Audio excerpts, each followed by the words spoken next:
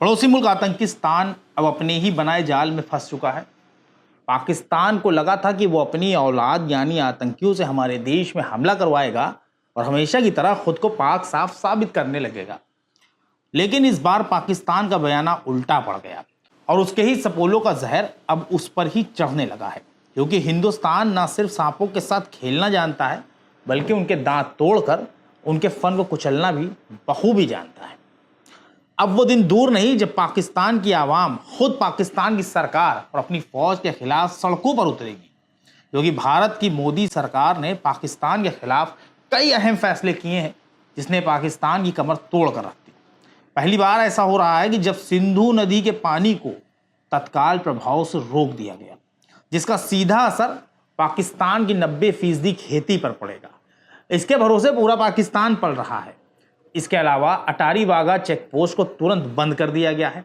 पाकिस्तानी नागरिकों को SAARC visa छूट योजना के तहत भारत में प्रवेश की इजाजत अब नहीं होगी। भारत में मौजूद पाकिस्तानी नागरिकों को अगले 48 घंटे के भीतर भारत छोड़ना होगा। दिल्ली स्थित पाकिस्तानी उच्चायोग में तैनात रक्षा और सैन्य सलाहकारों को 1 सप्ताह के अंदर यानी 7 दिनों के अंदर भारत छोड़ना होगा। भारत ने इस तरह के कुल 5 अहम फैसले किए हैं जिनका सीधा असर पाकिस्तान, उसकी आवाम, उसकी सेना और उसके आतंक पर पड़ेगा। और इन्हीं फैसलों का नतीजा है कि तिल तिल कर दम तोड़ रहे पाकिस्तान ने भी अब गीदड़ भपकियां देनी शुरू कर दी हैं। नमस्कार, आदाब, सत श्री अकाल। मैं हूं मोहम्मद आसिफ दुलार और आप देखना शुरू कर चुके हैं हमारी खास पेशकश केस डायरी विद आसिफ दुलार। 22 अप्रैल को कश्मीर में की आतंकिस्तान की एक गलती अब उसे खून के आंसू रुलाती रहेगी। जिस तरह पाकिस्तान के सपोलों ने 27 भारतीय मजलूमों को मौत के घाट उतारा, उसे हम कभी नहीं भूल सकते और पाकिस्तान को इसका हिसाब देना होगा। जिस वक्त हमला किया गया उस वक्त पहलगाम घाटी में सैकड़ों पर्यटक मौजूद थे, जिसमें बच्चे और महिलाएं भी शामिल थी। बच्चे खेल रहे थे, जो नौजवान थे वो छोटी छोटी बनी कैंटीन जो थी उनमें कोई चाय पी रहा था, कोई मैगी खा रहा था, कोई कॉफ़ी पी रहा था, कोई अपने बच्चों के साथ खेल रहा था। मौसम बहुत खुशनुमा था, लेकिन किसी को ये नहीं पता था कि कुछ ही पलों में कश्मीर के इसी खुशनुमा माहौल में गोलियों की तड़तड़ाहट गूंज उठेगी और फिर मातम की चीखों से ये वादियां थर्राने लगेंगी। जी हाँ, अभी कुछ वक्त ही गुजरा था कि अचानक घाटी में कुछ आतंकी आ धमके। किसी को कुछ पता ही नहीं चला और बस गोलियों की आवाज़ आने लगी। ऐसा बताया जा रहा है कि आतंकियों ने सबसे पहले सभी पर्यटकों से बारी बारी उनका मजहब पूछा और एक एक कर कुल 26 पर्यटकों को, एक स्थानीय नागरिक को मौत के घाट उतार दिया। पत्नी और बच्चों के सामने उनके पिता और पतियों की हत्या की गई और सब लोग बेबस, असहाय, मजबूर होकर चीखते रहे, चिल्लाते रहे।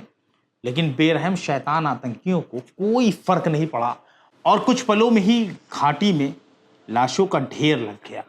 मातम और दर्द की चीखों से पूरा कश्मीर सहम गया। कश्मीर की मस्जिदों से ऐलान किए गए, हमले के खिलाफ सख्त नाराजगी और अफसोस जाहिर किया गया। इसके बाद हिंदुस्तान की मोदी सरकार एक्शन मोड में आ गई। हालांकि उससे पहले ही पाकिस्तान ने इस आतंकी हमले से अपना पल्ला झाड़ लिया था, जो वो हमेशा करता आया है। लेकिन ये कहने या बताने की ज़रूरत नहीं कि जिस देश की बुनियाद इस्लाम के नाम पर रखी गई थी, आज वो देश महज आतंकियों का बाग बन चुका है। आपको बता दें कि पहलगाम आतंकी हमले के बाद भारत सरकार ने पाकिस्तान के साथ सिंधु जल संधि 1960 को स्थगित कर दिया है। भारत की तरफ से पाकिस्तान को चिट्ठी भेजकर इसकी आधिकारिक जानकारी दे दी गई है, जिसके बाद पाकिस्तान की हालत ऐसी हो गई है जैसे कि किसी कुत्ते की दुम पर हाथी ने पैर रख दिया हो। भारत सरकार ने साफ कर दिया कि किसी भी समझौते में सबसे ज़रूरी होता है कि उस संधि का सम्मान किया जाए। लेकिन पाकिस्तान के आतंकी हरकतें लगातार जारी हैं, जिसका सबूत ये हमला है जो पहलगाम में किया गया। ऐसा पहली बार हुआ है कि जब सिंधु जल समझौते को ख़त्म किया गया।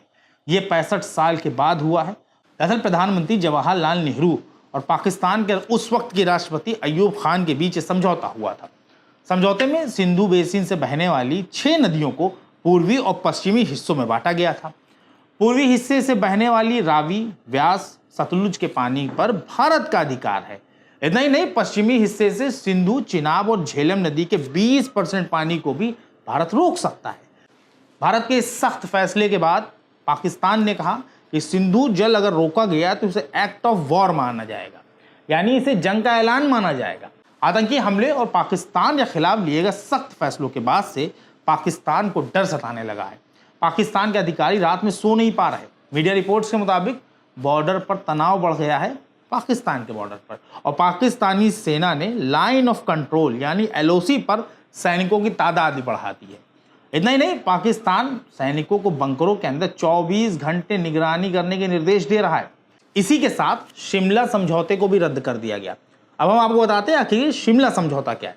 दरअसल भारत और पाकिस्तान के बीच 2 जुलाई 1972 को शिमला समझौता हुआ था। इस द्विपक्षीय समझौते पर भारत की तत्कालीन प्रधानमंत्री इंदिरा गांधी और पाकिस्तान के तत्कालीन राष्ट्रपति जुल्फिकार अली भुट्टो के साइन थे।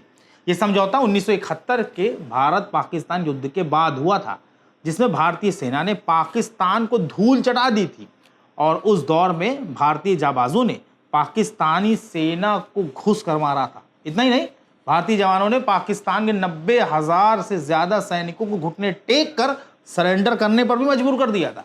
बावजूद इसके पाकिस्तान भारत के आगे फनकाड़े खड़ा हो जाता है। शायद उसे अपनी शिकस्त याद रही। ऐसे में लगता है कि पाकिस्तान अपना इतिहास नहीं पढ़ता, वरना वो हमारे आगे कभी सिर उठाने की जरूरत भी ना करता। चलिए अब आपको बता दें कि आखिर ये शिमला समझौता है क्या। इस समझौते के मुताबिक दोनों देश आपसी विवादों को शांतिपूर्ण ढंग से सुलझाएंगे और युद्ध या बल का प्रयोग नहीं करेंगे, जैसा कि हमेशा भारत ने किया। लेकिन पाकिस्तान ने हमेशा इस संधि के खिलाफ ही हरकतें की। संधि के मुताबिक सभी मुद्दे द्विपक्षीय वार्ता से हल किए जाएंगे। किसी तीसरे पक्ष यानी देश या संस्था जैसे UN की मध्यस्थता नहीं होगी। युद्ध में कब्जा किए गए क्षेत्रों की वापसी होगी और भारत पाकिस्तानी युद्धबंदियों को छोड़ेगा। इसी संधि के हिसाब से भारत ने लगभग 13,000 वर्ग किलोमीटर क्षेत्र पाकिस्तान को वापस कर दिया था और सभी युद्धबंदियों को भी रिहा किया गया था। इसी के साथ दोनों देशों ने 1949 के युद्ध विराम रेखा को नए नाम से यानी लाइन ऑफ कंट्रोल LOC के तौर पर स्वीकार किया। लेकिन पाकिस्तान ने जुबान से तो मान लिया, लेकिन वो अपनी नापाक हरकतों से बाज नहीं आया। वो कहते हैं ना कि जो लातों के भूत होते हैं बातों से नहीं मानते, कुछ ऐसा ही पाकिस्तान के साथ भी है। भारत की मोदी सरकार ने इस हमले के खिलाफ सख्त रुख अपनाते हुए तुरंत ही पाकिस्तानी नागरिकों को सार्क वीज़ा छूट योजना SVES के तहत भारत ने प्रवेश प्रतिबंधित कर दिया है।